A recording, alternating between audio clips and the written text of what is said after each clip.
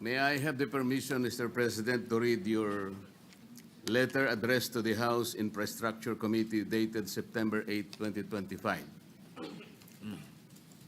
This is to formally approve your request for Mr. Bryce Hernandez to attend your hearing tomorrow, September 9, 2025, 9 a.m. at the People's Center House of Representatives. We expect that he be returned safely immediately after the said hearing to the Senate. So this is very categorical, Mr. President. Their request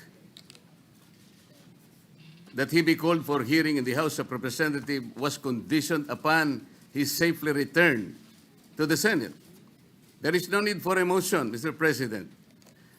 I was still the chairman of Blue Ribbon Committee at the time, and it was very clear that we committed him to the custody of our Sergeant-at-Arms, not in Quezon City, not anybody else.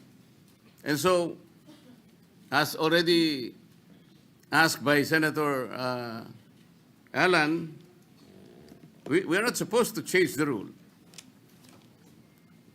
I move, Mr. President, that he be back immediately to the custody of the Senate, not only because this is the condition that you gave them, but more importantly, in order to erase the perception that if he is here in the Senate, he is not safe. I will reject the idea that if he returns in the Senate, manganganib ang buhay niya. It is as if that we are giving credence to his statement, which I believe is not true, Mr. President.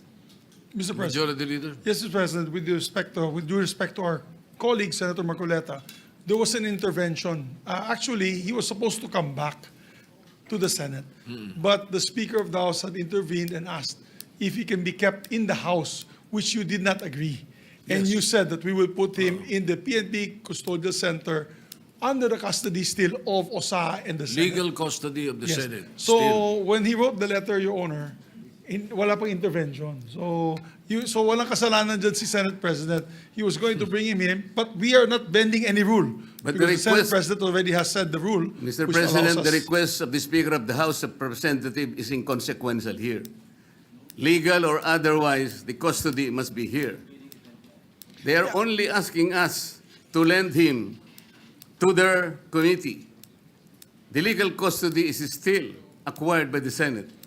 And then the committee was the one who ordered him to be legally detained in the custody of the Senate. The committee was the one who did that, not the Speaker of the House of Representatives. He could request that, but we are sorry to deny that Maybe, because Mr. the legal President, custody, Mr. President, yeah. legal or physical, is still with the Senate. Mr. President, I think the points raised by Senator Marcoleta are valid. I think at that time, the witness had no fear of his life, but now he has fear of his life. We will guarantee that he's safe, even if he's in the Senate. No, that's why we're guaranteeing his safety if he's here in the Senate. But let's also be transparent, Your Honor, because I think the question there is, kung meron bang mag-iimpluwensya pa sa kanya. That Diba? was the point of the Later on. Minority Leader. Correct. There might be a perception that if he's here, he might be influenced by someone. That is also Correct, Mr. President. the Minority Leader made mention of that. And that's why I believe the Senate President made that decision to keep him in a neutral area, which is the PNP Custodial Center. But then again, Mr. President, we're a deliberative body. If the body would wish him back here to the Senate, then we can discuss it further. Mr. President, just a quick intervention. Go ahead, Senator Lacson. I would like to echo the earlier manifestation of the Majority Leader. Yung letter po ng ating Senate President was valid before the intervening event occurred. So we cannot invoke the letter of the Senate President kasi wala pa yung intervening event na mayroong request from the Speaker of the House.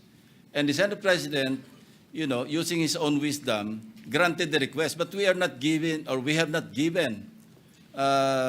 the legal custody of Bryce Hernandez to the House. We still maintain or retain the legal custody over his person. And as I mentioned earlier, kung kailangan siya ng House, they will have to seek permission from the Senate President. Again, yes, they are not in Thank you, custody. Mr. President. Yes, Mr. Senator De La Rosa, President. yes, go ahead. Thank you, Mr. President. Mr. President, You know, Let Senator De La Rosa speak first. Go ahead. we have a very sad experience, Mr. President. Because if the reason why the Speaker requested for Bryce Hernandez to be detained not in the Senate, because for fear of being influenced by anybody or any member of the Senate, alam mo, Mr. President, Colonel Grijaldo, nag-testify dito sa ating committee about the wrongdoings of the members of the Quadcom. Nagsumbong siya dito, Mr. President. And after he read his statement, sabi niya sa amin, Sir, can I be protected by the Senate? Dahil alam kong pinag-initan ako ngayon ng House. So, I share the information to the committee and even to the leadership of the Senate. But the following day, or the days after, he was required to appear before the Quadcom and he was cited in contempt. Nang siya ay na-contempt, kinulong siya doon. At nang kinulong siya doon, look, what happened? Binubombard siya doon, pinupuntahan siya doon at sinasabihan na huwag yung gusto namin na mangyari, gawin mo na para makalabas ka na dito sa kulungan. Hindi nag-give in si Colonel Grijaldo. Kinulong siya hanggang natapos ang 19th Congress. So, Mr. President, sila ay takot sa kanilang ginagawa mismo. Hindi po yan gagawain ng Senado na mag-impluensya ng resource person. Never pa nangyari yan na mayroong pumunta doon sa baba, tinakot yung nakakulong contempt, cited in contempt na resource person. Gawain nila yan sa House of Representatives. Ginawa nila kay Colonel Grijaldo. Kaya huwag tayong basta-basta bumigay sa kanila dahil we should be independent from them, Mr. President. Hindi natin sila dapat sundin kung anong kagustuhan nila. We have to stand on our own. Thank you, Mr. President. Mr. President, Yes, Senator Marcoleta. noong pong September 8, 2025, ako pa rin po ang chairman ng Blue Ribbon Committee. Ang Blue Ribbon Committee po ang nag-approve ng legal and physical custody nung ma-cite in contempt si Bryce Hernandez. Nung makiusap po ang Speaker ng House of Representatives sa inyo, di po ba dapat nakonsulta naman ang chairman ng Blue Ribbon Committee? Dahil kami po, ginawa namin yon through the collective wisdom of the committee. Hindi po namin gawa-gawa yon. Kaya lang namin siya sinite in contempt sapagkat halos ipamukha na namin sa kanya ang mga datos. Ibinigay ko na sa kanya ang lahat ng ipinanalo at ipinatalo niya sa kasino. Pati yung ginagamit niyang dalawang ID na galing sa LTO, ayaw pa niyang aminin. Ganun po yung nangyari. Gusto lamang namin siyang turuan ng leksyon para sa ganun kahit papano baka maisip niya na dapat sana mapahiya na siya sa sarili niya kung meron pa siyang kahihiyan. Dapat naman sana nung siya'y mag-request ngayon sa House of Representatives, hindi po sa kanya dapat manggaling ang request kung saan siya magko-custody. Ang custody po yung natapos na. Nagsalita na po ang Blue Ribbon Committee. Bakit po hindi man lang nakonsulta ang Blue Ribbon Committee? Bakit kailangan po ang House of Representatives Speaker ang mananaig sa kanyang request? Kalabisan na po ba ang Blue Ribbon Committee noong araw na yon, Mr. President? May I be clarified on what date that transpired? Yesterday or September 8 po. Monday? Yes, Mr. President. Majority Leader. Monday was the hearing here in the Senate. Monday he was cited in contempt.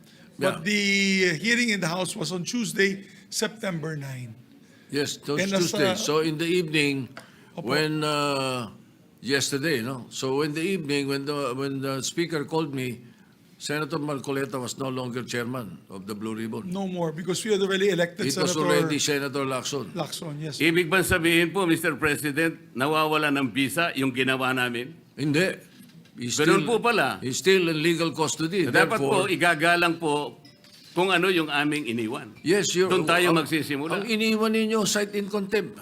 Hindi And po. legal Nasa custody legal of the custody Senate. na po ng He ano was ng still House. under the legal ng, custody ng of the Senate. Senate. Mr. President, may I ask for a minute suspension? Session suspended.